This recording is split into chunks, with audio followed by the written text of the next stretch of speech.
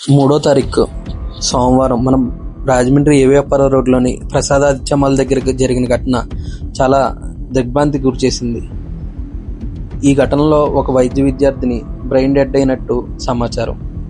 రాజమండ్రిలోని ప్రసాదాదిత్య మాల్కు సెలవు దినాల్లో, వారాంతాల్లో భారీ సంఖ్యలో ప్రజలు సినిమాలకు, గేమ్స్కి, ఫుడ్ కోర్ట్కి మరియు వినోద కార్యక్రమాల కోసం వస్తూ ఉంటారు. అయితే మాల్లోని పార్కింగ్, లిఫ్ట్, ఎస్కలేటర్ నిర్వహణపై పలువురు సందర్శకులు అసంతృప్తి వ్యక్తం చేస్తున్నారు. మాల్లోని 3వ బేస్మెంట్లో పార్కింగ్ ఉన్నప్పటికీ, ముఖ్యంగా బేస్మెంట్ 3, 2, 1 పై అంతస్తులకు ఎస్కలేటర్ అండ్ లిఫ్ట్ ద్వారా పైకి చేరుకోవడానికి చాలా ఇబ్బందులు ఎదుర్కొంటున్నట్టు, అక్కడ వృద్ధులు, మహిళలు, చిన్నపిల్లలతో వచ్చిన కుటుంబాలు ఇబ్బందులు ఎదుర్కొంటున్నట్టు పేర్కొంటున్నారు. ఈ కారణంగా సినిమా సమయం దగ్గర పడినప్పుడు కొంతమంది వాహన చోదకులు మాల్లో పార్కింగ్ చేయకుండా రోడ్డుపై లేదా నో పార్కింగ్ ప్రాంతాల్లో వాహనాలు నిలిపి మాల్లోకి వెళ్తున్నారని స్థానికులు చెబుతున్నారు.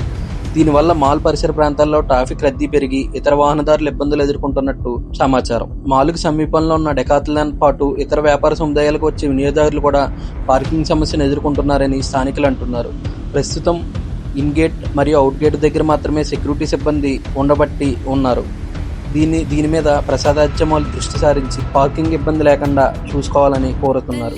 ఇటీవల చోటు చేసుకున్న విషాద ఘటన నేపథ్యంలో భద్రతా ప్రమాణాలు, పార్కింగ్ నిర్వహణ, లిఫ్ట్, ఎస్కలేటర్ల పనితీరుపై సమగ్ర సమీక్ష చేపట్టి అవసరమైన చర్యలు తీసుకోవాలని ప్రజలు కోరుతున్నారు.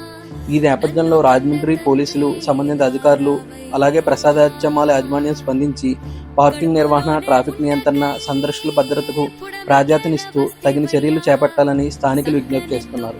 అంతేకాకుండా మన ప్రసాదాదిత్య మాల్కు వెళ్లే ప్రజలు కూడా కొంచెం అవగాహన తెచ్చుకుని పార్కింగ్ ప్లేస్లో పార్కింగ్ ఏర్పాటు చేసుకుంటే బాగుంటుందని మా తరపు నుంచి కూడా మేము కోరుతున్నాం.